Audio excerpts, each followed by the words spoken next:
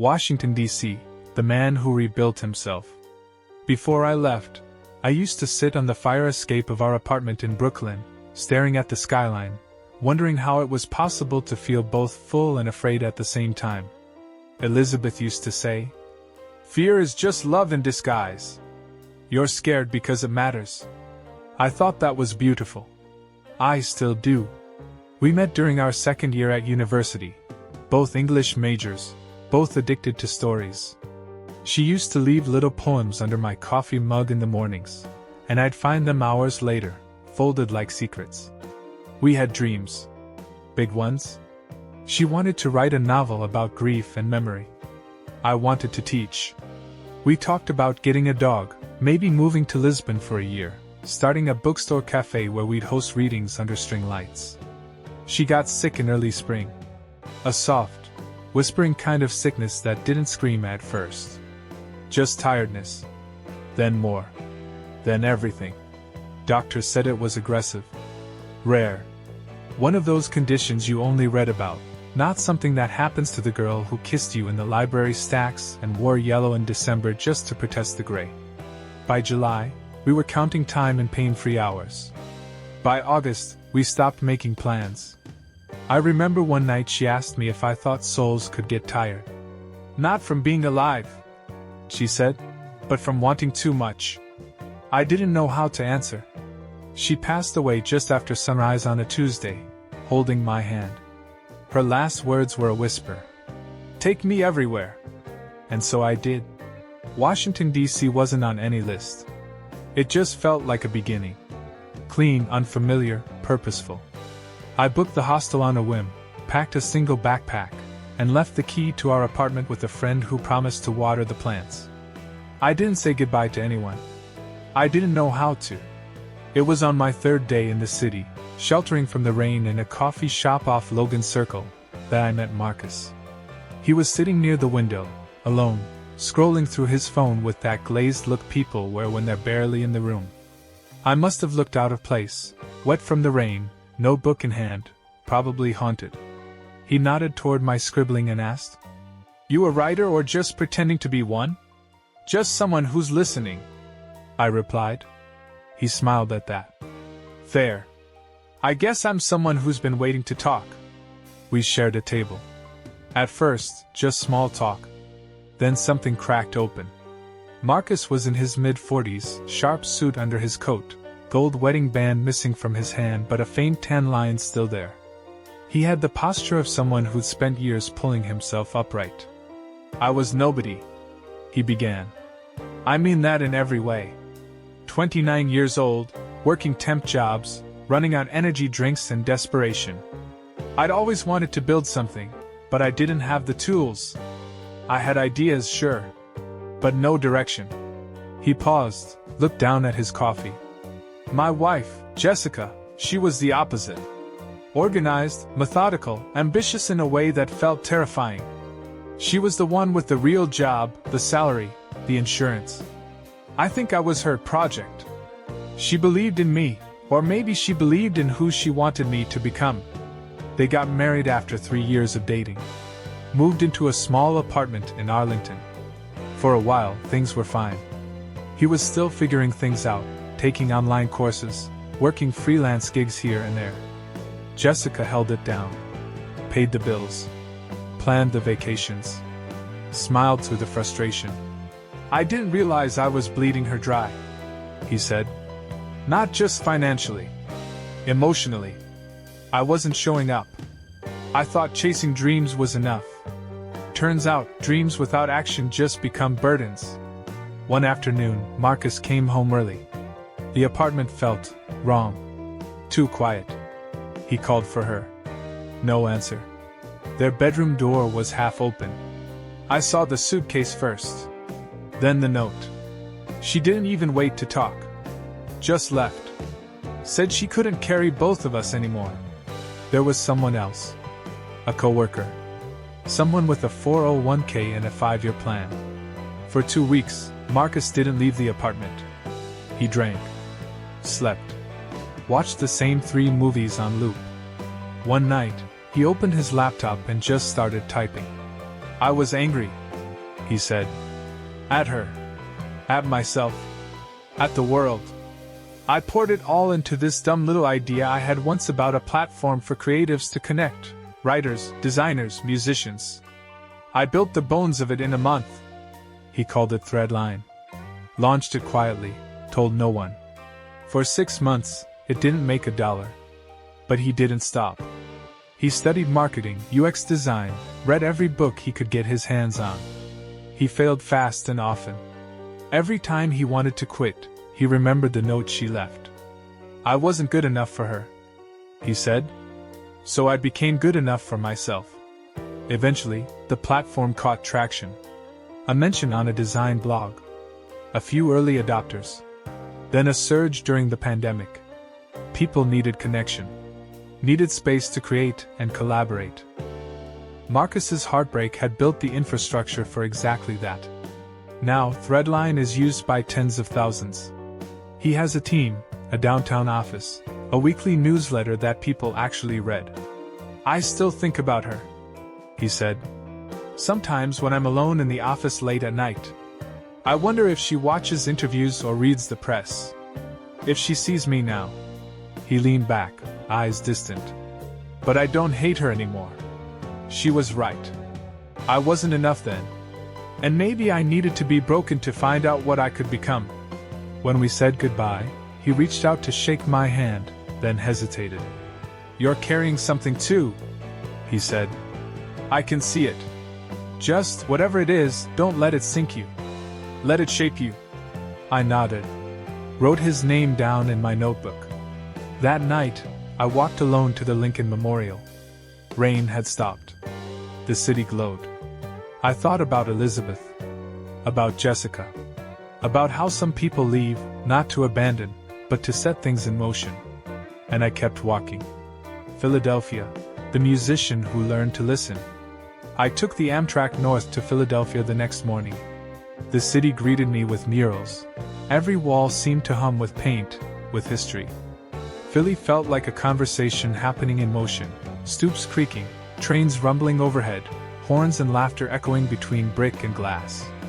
Elizabeth once told me she loved the idea of cities as layered songs. You have to sit still long enough to hear the melody beneath the noise, she said. I held on to that. I stayed in a modest guest house near Fishtown, run by a middle-aged couple who collected vintage radios. Every morning, there was jazz playing in the common area, like the building itself was stretching awake. On the second night, I wandered into a bar called Vinyl and Vinegar. There was a sign outside, open mic tonight, and no judgment, just sound. I wasn't planning to stay long, but a voice stopped me cold. Soft, raw, and honest, like a string that hadn't been plucked in years. The guy on stage had a weathered acoustic guitar, and eyes like he'd seen too many winters too close. After the set, I bought him a drink and asked if I could sit. His name was Deshaun. Late 30s. Former touring musician. He had this quiet way about him, like someone who'd lived 100 lives and left the best parts behind. You know what they don't tell you about being on the road? He asked, half laughing. It's lonely as hell. He used to play backup for a well-known indie band, big in the early 2010s. Toured the country, slept on couches, inhaled diner food and gas station coffee like fuel. For a while, it felt like the dream. We had this one track that went viral, he said. Just enough success to make you think it'd last forever. But fame didn't feed the soul. Money didn't fix the ache. He lost his partner. The only person who saw through all the noise. To a mix of distance and ego. I kept choosing the stage over her. Eventually, she stopped waiting in the wings. When the band broke up, he spiraled. Moved home. Took a job teaching music theory at a community college. Stopped writing songs. Stopped feeling like himself. It wasn't until his niece, a shy, anxious teenager, asked him to help her write a song for a school project that something clicked. She sang in this whisper, he said, like she was asking permission to exist. And I realized, I'd been shouting for years and still never said a damn thing worth hearing. So he started over. Open mics. Local gigs. Helping kids find their voice. he called it. Playing quieter. Not in volume, but in intent. Listening more than speaking. I used to want the world to hear me, he told me. But now I just want one person to feel understood. That line stuck with me. We sat until the bar closed. I never told him about Elizabeth, but I think he saw it in me, the way people who've lost something can recognize the shape of absence in others. Before we parted, he played one more song for me, outside under a flickering streetlight. No audience. Just the hum of the city and the smell of wet pavement. It was a love song. Simple. Gentle. The kind of melody you don't hear with your ears. When I got back to the guest house, I wrote for hours. Not about her dying, but about her laughing. Her singing in the kitchen. Her falling asleep with a book on her chest. Her being. And for the first time in months, the ache felt warm. Boulder, Colorado, the patience of mountains. The retreat center sat tucked behind a line of ponderosa pines, about a 20-minute drive from town, up a gravel path that crunched like brittle bones beneath tires. It was simple, 3 low wooden buildings, a greenhouse, a garden with a prayer wheel, and rows of vegetables bowing in the breeze. Tenzin showed me to a small guest room with a floor mat, a folded blanket, and a window that framed the mountains like a living painting. Here, he said, handing me a bell. If you need anything, ring it once. If you need nothing, ring it twice. I laughed, unsure if he was serious. He didn't smile. Try needing nothing, he said softly, and left. The days unfolded like water, no schedule, no noise, just rhythm. Wake up with the sun. Walk before breakfast.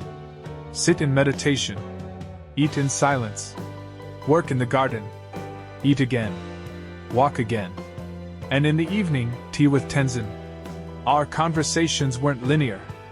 He told stories the way someone braids a thread into a tapestry, never rushing, never insisting on meaning. He'd sit cross-legged, eyes twinkling, and share strange parables about yaks and birds and the foolishness of emperors who tried to trap clouds in glass jars. I'd ask questions. He'd answer by not answering. One evening, as the sky slipped into that bruised lavender of mountain dusk, I finally asked him what he thought grief actually was. He didn't answer at first. Just looked at the cup in his hands. Imagine you're holding a bowl of water, he said, and someone comes and drops ink into it. Black, swirling, heavy. That is grief. Now, you can try to scoop it out, fight it, cry over the color. Or, he slowly dipped his finger into the tea and stirred gently. You can wait. Let the water settle. The ink never disappears, but it becomes part of the stillness.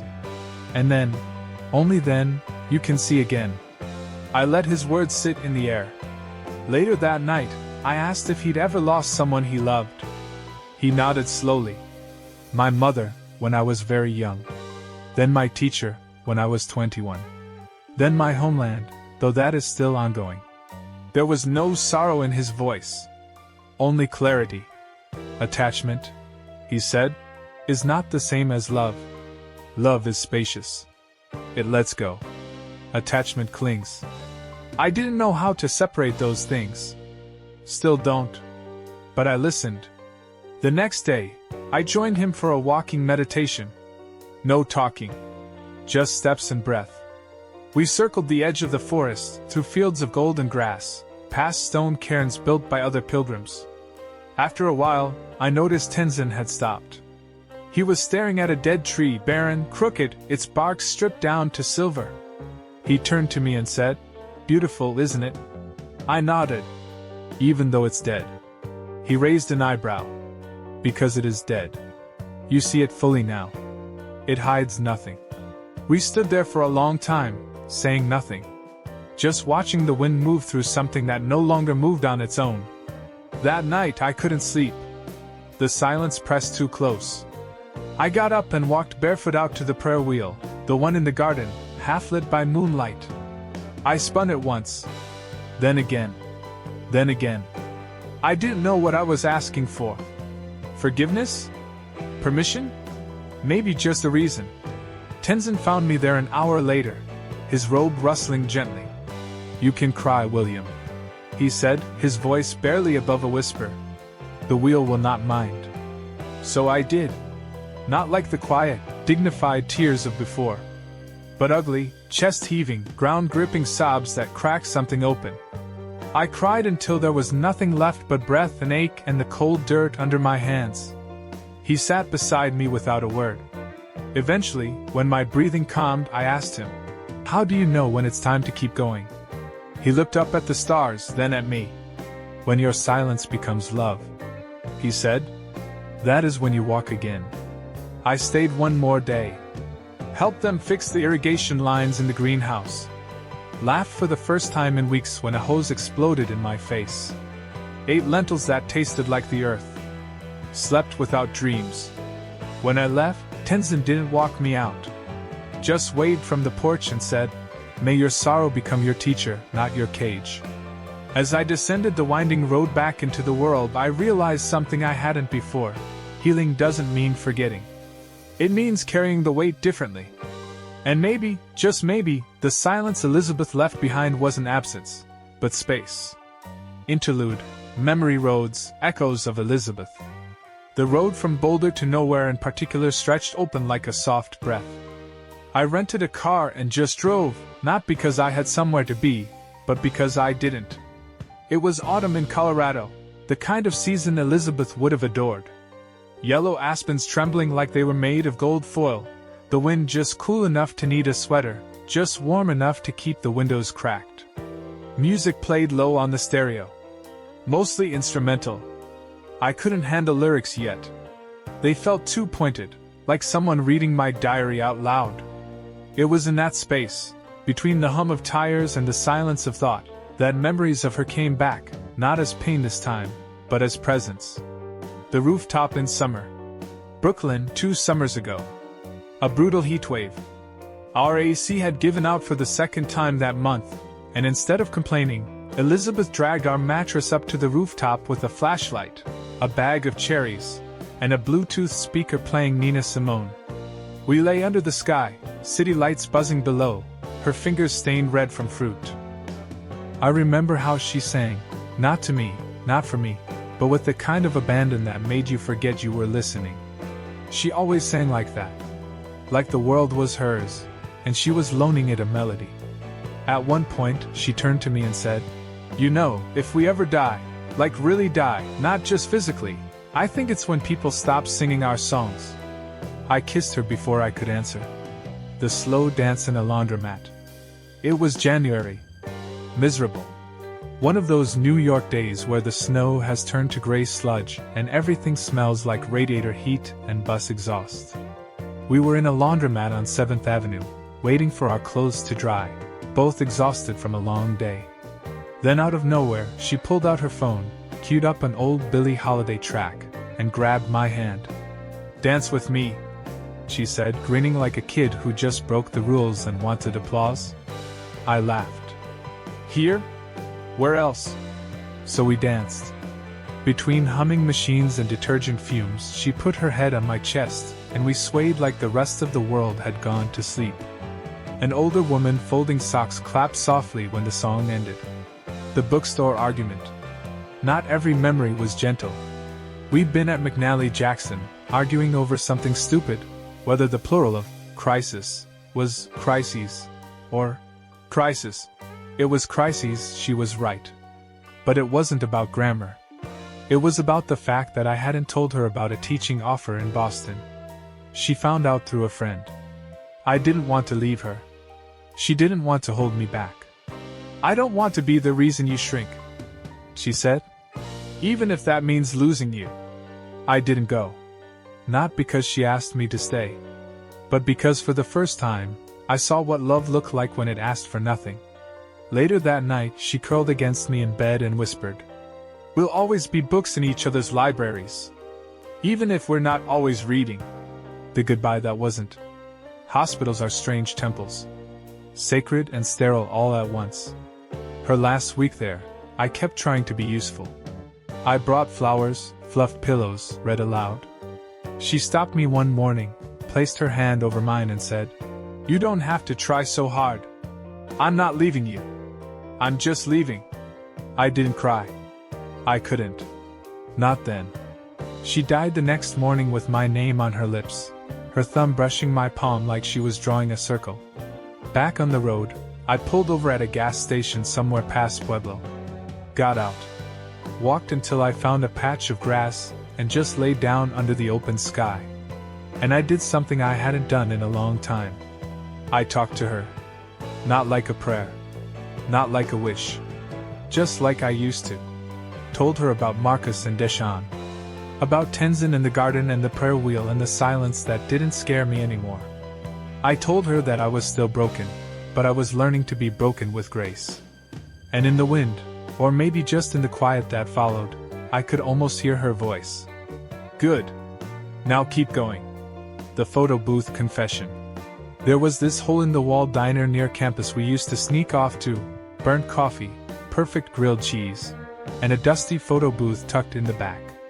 We went there every Thursday, same booth, same waitress who called everyone, honey, with a cigarette rasp. One night, Elizabeth dragged me into the photo booth with a handful of quarters. We crammed inside, knees knocking, her perfume cutting through the smell of fryer oil. As the first flash popped, she blurted, "I think I might love you." Second flash, me staring at her, stunned. Third flash, her laughing so hard she snorted. Fourth flash, my hand on her cheek mid-kiss. That strip of photos lived on our fridge for 2 years. I still have it, folded into a book she gave me, Letters to a Young Poet. The cover dog-eared and soft from being read too many times. The fake fight, in the park. Central Park in October. We were walking after a day at the Met, our ritual, art and afterward, arguments over meaning. That day, she got it in her head that we should stage a fake breakup, for fun. Like in the movies, she said. Let's make people uncomfortable. She stomped away dramatically, yelling, "I can't believe you slept with my sister!" I shouted back. I didn't even know she had a sister.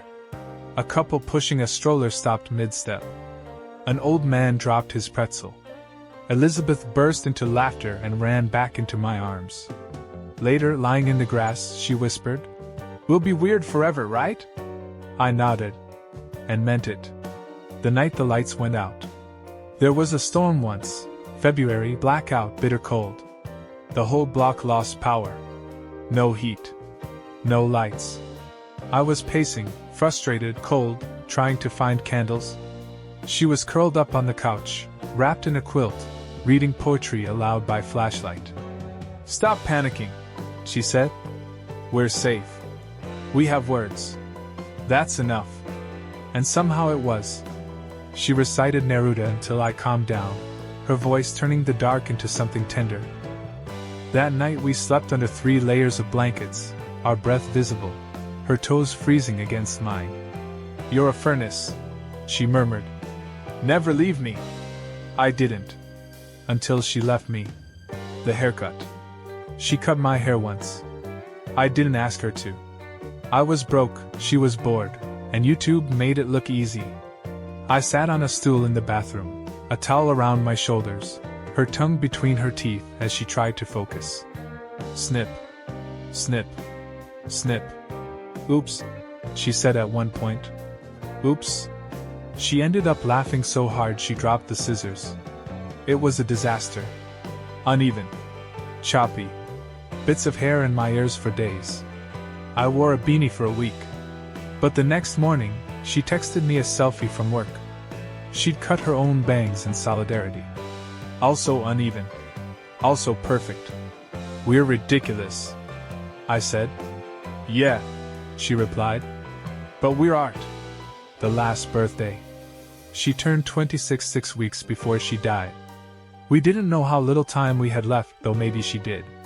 She planned the entire thing. A picnic in the park, homemade lemon tarts, vinyl playing from a tiny speaker, and her closest friends arranged in a circle like a spell she'd cast to keep the world at bay. She wore a crown made of paper daisies. I gave her a necklace, a tiny gold compass. Inside, engraved, "You are my true north." She cried when she opened it. "I don't want to forget this," she said, resting her head on my shoulder. You won't, I whispered. Neither will I. The dream. This one came after. Maybe a week after the funeral. I hadn't slept more than 2 hours a night. But one morning, somewhere between exhaustion and mercy, I dreamed of her. We were sitting in a train car. No one else around. Just her in a blue sundress, legs curled beneath her, watching the landscape blur past.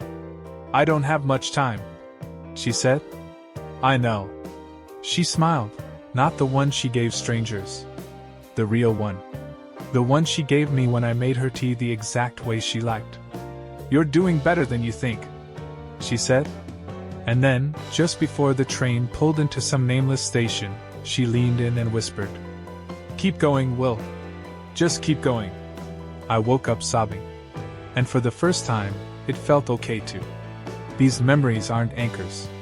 They don't hold William back. They're more like lanterns, small lights along a road he's still learning to walk. For her, grief doesn't start when someone dies. It starts when they begin to disappear from the spaces they once filled so easily. It's in the unused mug in the cupboard, the scarf still hanging on the coat rack, the half-finished book on the windowsill.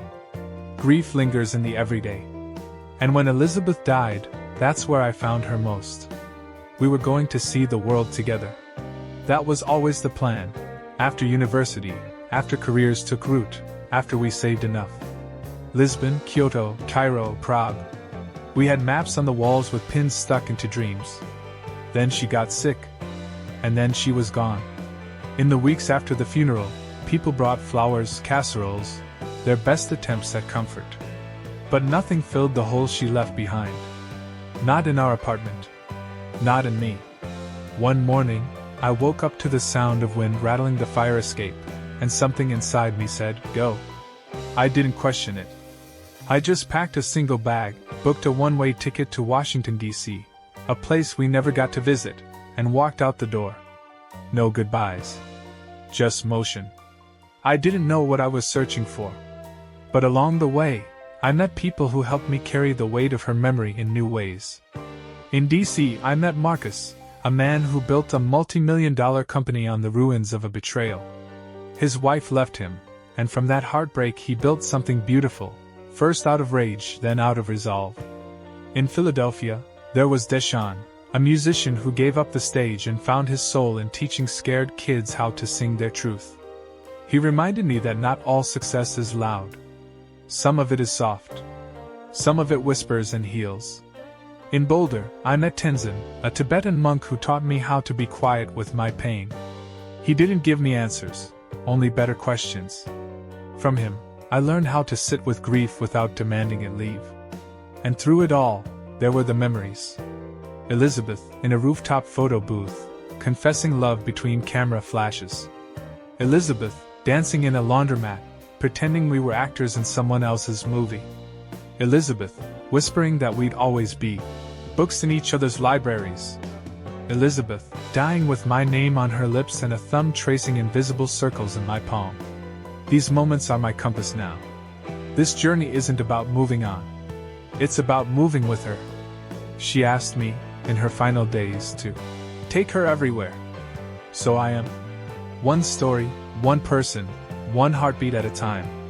The road ahead. There are places she circled in guidebooks, places she underlined in poetry, places she dreamed out loud, and others she only ever hinted at while staring out train windows. These are the fragments I'm piecing together. San Francisco, California, for the light and the hills. Elizabeth used to say San Francisco felt like a city holding its breath. She'd never been, but she read about it constantly. Jack Kerouac, Maya Angelou, Janis Joplin. She wanted to feel the city's contradictions, fog and sunshine, wealth and ruin, the sound of sea lions and the quiet hush of redwoods outside the city. I want to walk up a hill so steep it makes me laugh, she once said, and then eat bread by the bay until the wind forgives me. I'll start there. For the laughter. For the wind. Santa Fe, New Mexico, for the colors she could never paint fast enough. She loved Georgia O'Keeffe. Said there was something in the desert that made color speak. She always wanted to go to Ghost Ranch, to sit on a stone and sketch the mountains in silence. I'll go there. I'll walk her steps. And maybe I'll leave a page of her sketchbook beneath a rock and let the dust take it. Kyoto, Japan, for the stillness she longed to touch. Cherry blossoms. Koi ponds. Red gates stretching up hills like someone built a ladder for prayer. She imagined walking in silence there, her hand in mine, slippers on stone. It's not about seeing temples, she said once. It's about feeling like time paused to exhale. I think I'll stay there longer than planned. Istanbul, Turkey, for the questions she never stopped asking. A city split by water. That's how I feel most of the time, she said. Half here, half somewhere else. Istanbul was where East met West, past met present. She used to say that if we ever lost our way, we should meet again at the Hagia Sophia, under the Great Dome. I don't know if I'll find answers there. But maybe I'll feel her in the echoes. Cairo, Egypt, for the weight of what lasts. She had a book of ancient Egyptian myths with sticky notes everywhere. She once told me, if they could build something that lasts 4,000 years, maybe we can survive a hard week. She wanted to watch the sunrise bleed over the pyramids. I'll be there for that sunrise. I'll bring her compass with me. Lisbon, Portugal, for the promise we never kept. Lisbon was supposed to be our start. Our sabbatical. 1 year living slow, drinking coffee by tiled walls, listening to Fado in dark bars, writing stories. We talked about it so often, I almost believed we'd already been. Now it'll be our finish line. Not an ending, but a closing of the circle. I'll read her poems out loud on a balcony overlooking the sea. She'd like that. The wild cards. Places we never talked about, but that call me in ways I don't understand yet. A fishing village in Vietnam where the ocean forgets the noise. A mountainside cafe in Peru that smells like cinnamon and smoke. A ruined cathedral in Ireland, overgrown with moss and memory. A market in Morocco where someone will press henna into my palms and say nothing at all. I'll follow wherever the stories lead. Take me everywhere, she whispered. I'm trying.